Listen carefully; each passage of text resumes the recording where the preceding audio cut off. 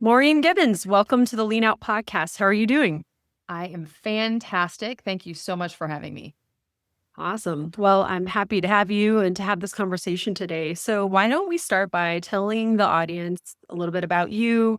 Describe yourself and how your work life balance is unique for someone in your particular area of expertise. I'm not so sure I have work-life balance. We're still working on that. Right now, it's a lot of integration. I work too much still.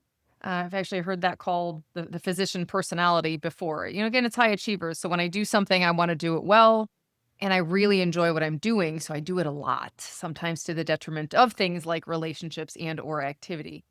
But I'm emergency medicine trained. I was on the ground clinically practicing for about 15 years. And recently made the shift. I founded Active Medical Solutions, which is my remote lifestyle medicine practice. And it's completely remote, it is nationwide. And did that by accident.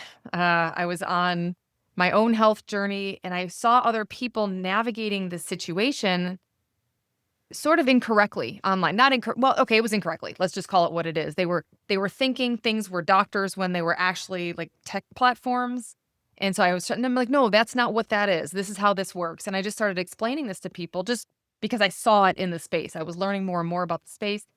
And one day somebody asked me, they said, wait, you're a doctor? And I said, yep. And they said, can you be my doctor? I said, I don't know, maybe. I had dabbled in telemedicine a couple years before because one of my friends and former colleagues said she replaced her clinical income when her little boy was young, because she replaced her entire clinical income with telemedicine. And I was like, how is this possible? At the time, I got credentialed with a couple of organizations and did what you would normally think of as telemedicine. I sat here like this, you would be my patient, and I hated every moment of it. Mm. Flat out. And as I founded my own practice, I determined the way I like to talk to people, the way people like to talk to me. And that's how I built the practice. And that's how I built the practice model. It's largely asynchronous, which is awesome for patients. We do group calls once a week, or the coaching calls, obviously not a HIPAA compliant space. But people are more than willing to air out their dirty laundry on the internet. So, in a nice, safe space, we talk about all kinds of really good things that actually crosses way over into life coaching, not just the medical care. So, if you do group calls and individual calls, how do you structure this from a payment standpoint? Is there a membership? Yes, we do a couple of different ways now. We actually just added a quick care option for people who don't want to maintain a membership, but really their intake forms are already with us. They need a refill. They need something, we call that bridge care. So they can't get to their PCP. We are not primary care. We only do lifestyle medicine. Mhm. So if you can't get to your PCP for a refill and they're like, no, you need, it's that 6-month period, a patient can pop in, text us. But we do a monthly membership that is community education, unlimited text messaging back and forth with my team. And then we call it happy hour. It's a weekly happy hour on Wednesdays. That's really interesting. How do patients respond to being in a group of other patients? Do you find that they're willing to open up and share things, or is it a little bit reserved? I think some are reserved, much like anything else. Some are reserved. We encourage our patients to come in at least the first couple, just in case you have questions when you're first you starting on this lifestyle journey, because we hear so much diet advice, so much nutrition advice, so much activity advice. What do I do? Do I cardio? I mean, cardio, lifting, all that stuff. We do. I'm an athletic trainer by trade before I was a physician, certified sports nutritionist. Personal and professional wellness is my passion and my wheelhouse. So these calls, I mean, some people have been with me for 2 years. So they come in, they're pretty vocal. They tell me their wins. We talk about, I one of my patients, she's like, I just broke 180. So, she's excited to come in and share with the group, because we love to celebrate wins. We celebrate fears, right? We kind of bring those fears out into the open. What if my insurance doesn't cover this? What am I going to do? Just and healthcare navigation, because people don't have a safe space to go with that. And That's why I try to help doctors get more into this space. Well, I could see that the power of group coaching could definitely apply in this same category where you're sharing wins, you're sharing struggles, and those kind of things can help the people that are listening secondarily. So, how does, because I know someone will want to know this, how does malpractice insurance work for this? And how does insurance payments, or maybe you don't take insurance, how does that work? Yep. So we do not take insurance. We will help you with a prior authorization, because that's the medication back end. If you're getting a medication from us and your insurance requires a PA for real, not just the pharmacy telling you that. But Mm. that's a lot of navigation that I never, emergency medicine, I walked in, did my job, went home, right? Yeah. And somebody, if you ever watch Dr. Glaucom Flecken on YouTube, he's like, I go home, I get paid. And like, from where? The money people. Like, I didn't know anything in between. So we don't take insurance for medical care. We can use FSA and HSA accounts depending on the account. Sometimes they give you a headache, but we handle that. We've got policies for that. Um, but otherwise, we don't take insurance. Now, malpractice, I had to specifically find telehealth only malpractice because almost always the policies will link you to your in-person practice. I'm like, no, this is not related. That's with a hospital. This is not. This, I needed something completely different. The good news is that was 3 years ago, and there were only two providers in the country that would actually do that. And half of the two would not do most of the states in the nation. So I was like, well, that's not helpful because we were Mhm. looking at expanding at the time. So and that's when I coach physicians, I think that's probably one of the most valuable things I can do is plunk down this. Here's who to call. Here's who to talk to. Here's who can get it done for you. Here's what you need. Go, go, go. Let's get this going because you need your voice out there. We need our patients need our voice, right? The public needs your voice. Your clients need your voice, whether you coach, because I coach with or without telemedicine. Coaching is the cornerstone of what I do. You know as well as I do, anybody can prescribe a medication. It's behavior change, thought pattern change. Those are where I love to dig in. And then, we kind of layer in that telemedicine underneath it. Okay, so tell me a little bit about your journey because you have mentioned now that you had a health journey yourself and that prompted you somewhat to turn to this remote practice. First of all, are you still doing any sort of emergency medicine shifts? Right now, I'm on a hiatus. It's Okay. somewhere between 4 months and 20 years. I'm not sure yet. Okay. Sure. And so, what prompted you, or what was the series of events that prompted you to make this switch out of the traditional path of emergency medicine? So, probably about 2 years before I left my main emergency department, which is where I had been for 13 years, full time, level two trauma center, nights only. I only worked nights in the ED. I loved it, loved every damn minute of it, even the hard ones. Um, about 2 years before I left, I wanted to improve the health of the group. I had initiatives. I wanted things. I reinstituted the wellness committee in the hospital. I just had things I wanted to push and change and grow. And that was not received terribly well at times. And sort of the last straw was when I was making two-thirds of my income. My remote practice ramped up very quickly. I know how to get patients. I know how to serve online. It's really fun for me. I know how to make it fun for other people. And it ramped up pretty quickly. So I was making about two-thirds of my clinical income within 3 months. And I had told my boss that when I find something that I could decompress, because I knew I could have better bandwidth on the ground in the ED, I'm going to drop a couple shifts. And I went to him and I said, I'm going to drop some shifts. Would that be okay? And I'm going to make a very long story short and say, no, it was not okay. So I was taken out of my main ED and put in a freestanding. So I mean, I still had a full-time job there. I was still working full-time. It got me down to 10 shifts.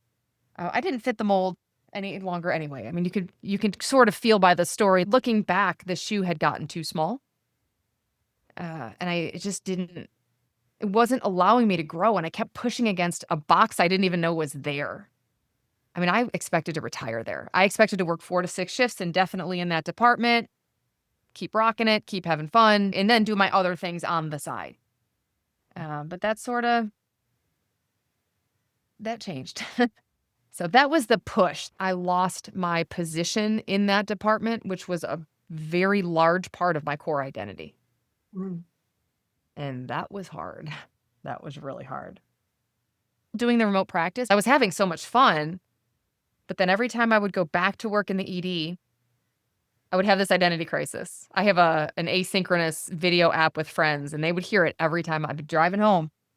And they'd hear it every time. I don't know what I'm doing. I love emergency medicine. How am I going to leave emergency medicine?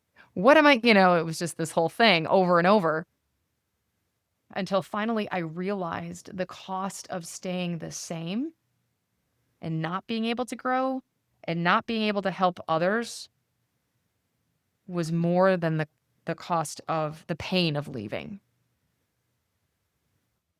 Yeah, that's a very, very important realization.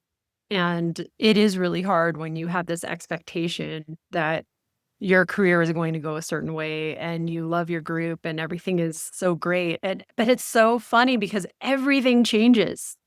Even non-work related things where there's maybe I've had this experience recently where there's a friendship dynamic, like in our small town.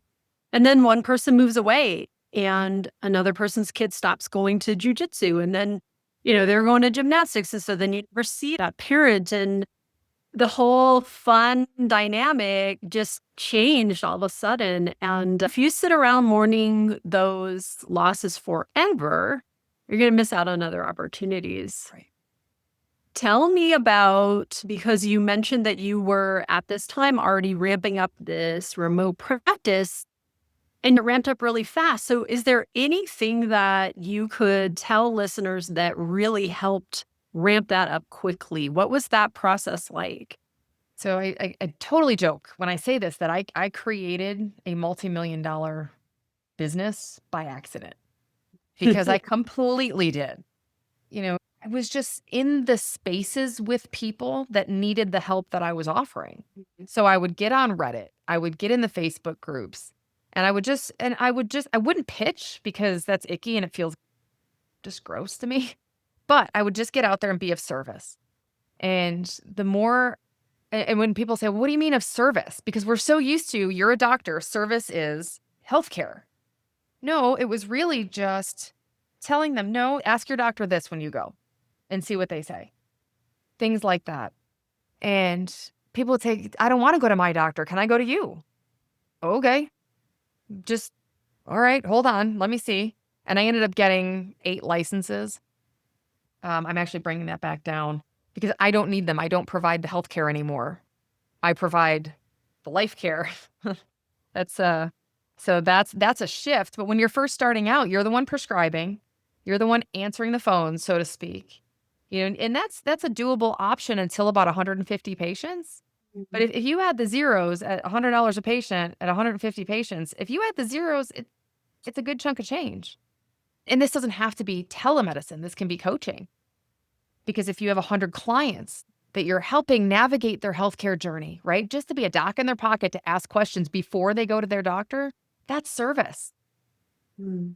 And we don't think to do it that way. And I at the beginning, I was not posting. If you see me now on social media, I post a lot because I'm moving to the next level.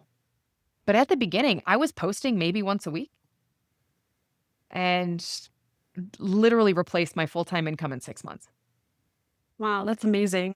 And I'll definitely link I follow you on Instagram and love to see your posts. And you have a mix of teaching and also just your own journey, like you were mentioning. I saw you lifting weights the other day and thought that was wonderful. Yep. So, um, Me and so my little puny muscles lifting weights, but hey, we're getting there. So this Reddit environment, is this related to your history of doing the athletic training? And so it's kind of like in the health sphere? I spend an inordinate amount of time on Reddit, oddly. It's funny. My dad and I have this argument. He's in computers and he's like, there's no good information on Reddit. I'm like, that's where all the good information is. because that's where people's stories are. Because it's not as forward facing. Facebook's pretty out there, right? Like it's social, even in big groups like the physician moms group, it's 80,000 people. And now they're not all looking at you. Nobody cares. But in Reddit, it's more like, I have a question. I'm going to go here for an answer. Let's see what other people have to say. You just chime in. Like when I do lives, even, I do a ton of lives on TikTok, weirdly. And when I do lives, I have providers or representatives from other telehealth companies that pop into my lives all the time Wow. because we don't consider ourselves competition. Or I don't anyway. I welcome them in. Because I ask, "Hey, how are you guys doing this?" Or, "Are you doing this yet? Because this is where we're branching out next. What are you guys doing?" Because think about it, if every client or if every patient who needed you showed up at your door, your systems couldn't handle it. So don't worry. Get 100 first, then get 200, and then you start putting in some bigger systems, which is actually what my book talks about, but you've gotta start and just getting somebody needs your voice, right? Like that's the bottom line. Reddit to me is like the easiest place to start where it doesn't feel like you're broadcasting. It just feels like, "Oh, I can help people. Got this."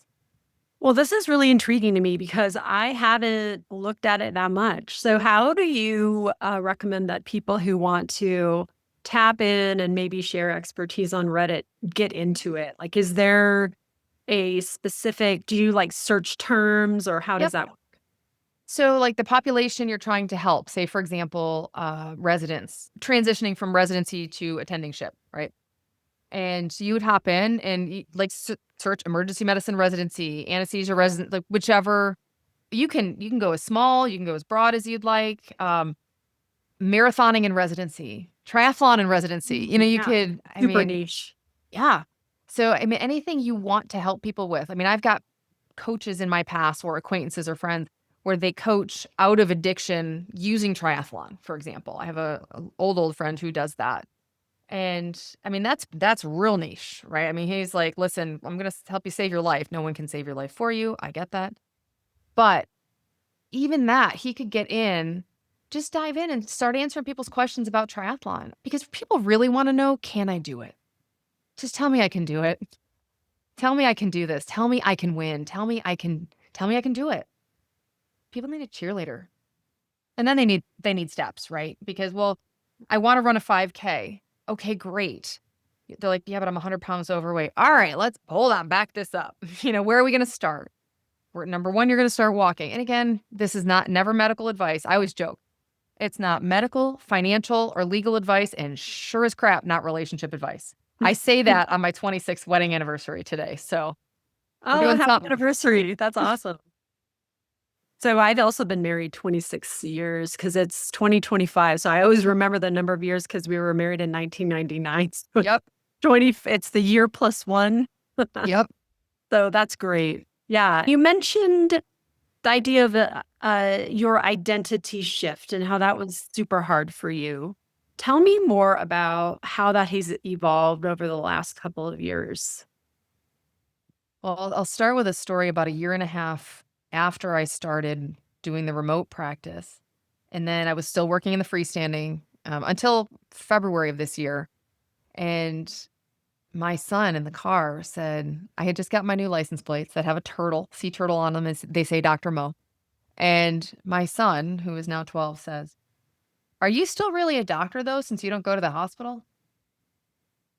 Oh, the Yeah. good thing is it was about a year and a Every, half into my journey, and I had gone through that, and I could say, I am still a doctor. I will always be a doctor. That's something that they can never take from me. My education and my Ironmans are things that they can never take from me.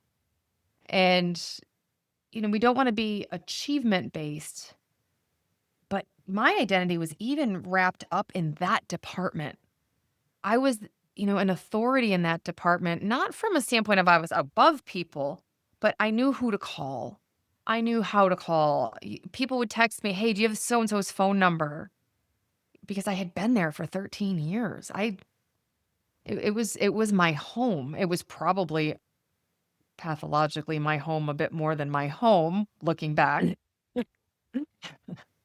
because then that's where we get our validation, right? When you're at the head of the bed in a trauma getting an airway, you're it. Tag. When we have to transfer that into home, oddly, we are more important at home. But sometimes it doesn't feel that way because it's not as well defined and it's a lot softer. Yeah. But I lost half my hair. I got shingles. It was a rough go. And it took me a year and a half. The people that I coach, I'm like, listen, we're doing this in 3 months. You're going to get over yourself. You're not all that. Newsflash. But again, it took me a long time. Yeah. Well, I think that makes sense because of how embedded you were in the department and the amount of years and things like that. And I always tell people that to break away from that comfortability, like that familiarity, is a growth opportunity to take that is going to help you in so many ways that you're not even going to realize until later. Just the fact that you have to consider your resources, that maybe you have to find new resources, that you don't know exactly where everything is in your workplace. Maybe you don't move to a remote work transition, but you're transitioning to something else. All of those things, while they seem hard, to go back to what you said before, the negatives of stagnating in one place, they outweigh the opportunity that you could gain from making that change. When you phrase it that way, it's such a beautiful thing where it did not feel beautiful. The It felt time. like someone else was disrupting my life. How dare they? Now I knew that in the back of my mind. I had that little voice that says, "No, this is big. This is important." And somebody said something to me rather recently that said, "Every job has an expiration date." And I didn't think about it before, but whether you retire, God forbid, die, Yeah. or just change jobs, every job has an expiration date. And sometimes it doesn't have to do with you, or it did have to do with me. I will own that side of the street. It wasn't, again, I was pushing. I was pushing against walls that I couldn't move. And I think I read this yesterday. Tasting freedom makes you unemployable. Well, yeah. Yep, it definitely puts something in your mind that is going to make things very difficult for staying in the same place and for just kind of doing what you're told and that kind of thing. Yeah. It's like the red pill concept. Yes. Absolutely, and it's interesting. I talked to a colleague recently who's going through a hardship at work, sort of a toxic environment that had just come upon him. He's been there for, I guess, 6 or 7 years, give or take, and he's like, "I wanna retire here." I'm like, "Oh, I hear you. I did too."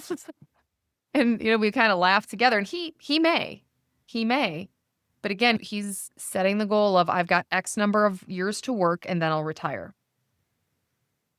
And I just don't I'm not willing to accept that any longer for my life and for the lives of my clients. I want them to build a life today, whether it's patients or clients, doesn't anyone that's in my circle. I want them to build a life today that they're not in a health situation where they don't want to be in, a financial situation they don't want to be in, or a time situation where they don't want to be in. Like if they're away from their family all the time and they would rather be home. They would Mm. rather go to the soccer games. I mean, it's hard to I don't wanna be there anymore. I just don't. I love what I'm building, and I refuse to go smaller. I can't put the toothpaste back in the tube. Well, I have another personal question for you. What are all of the things that you do since you have this background in athletic training and in strength training? What are all the things that you do to take care of yourself?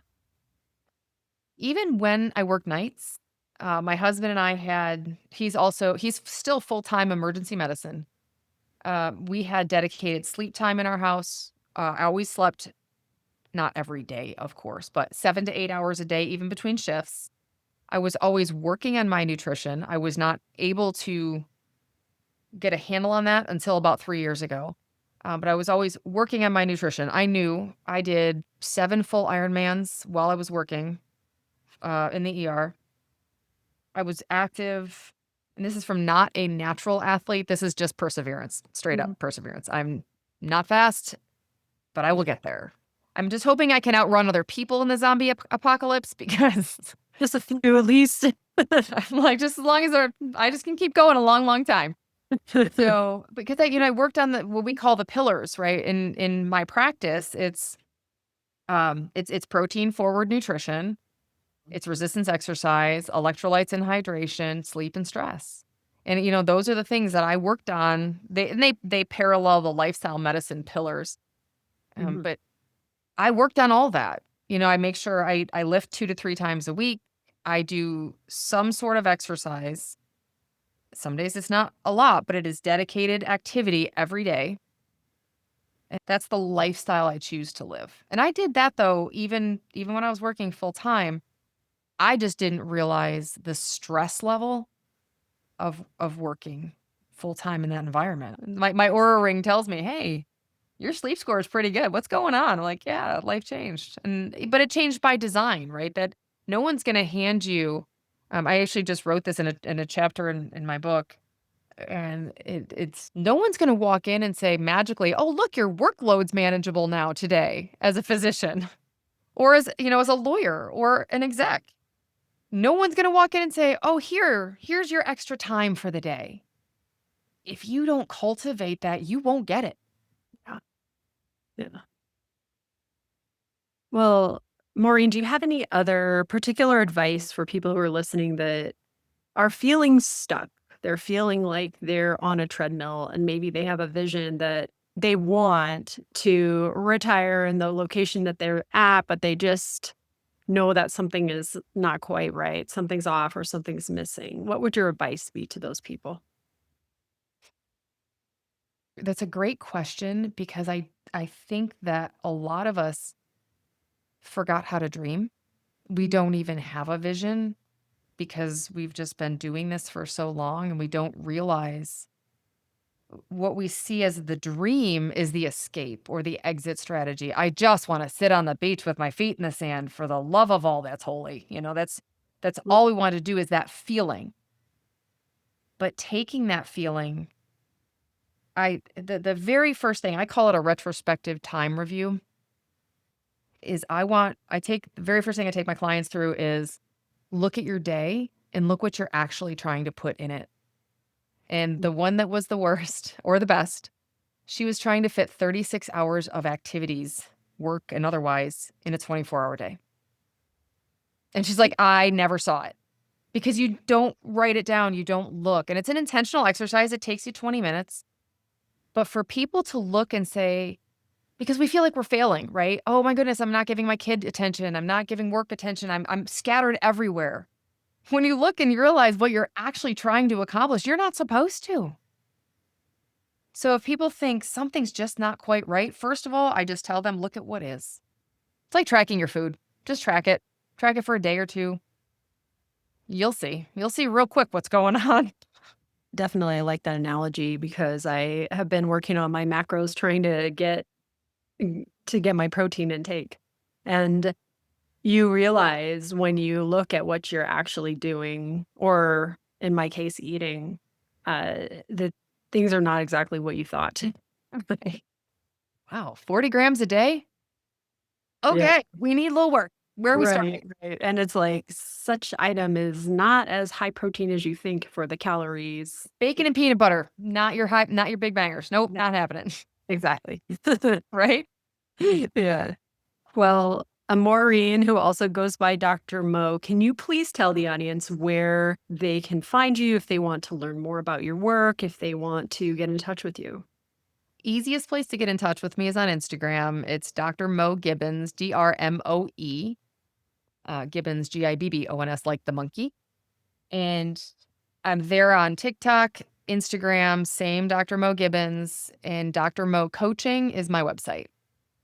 Thank you so much for being on the show today. It's been a pleasure. Thank you so much for having me.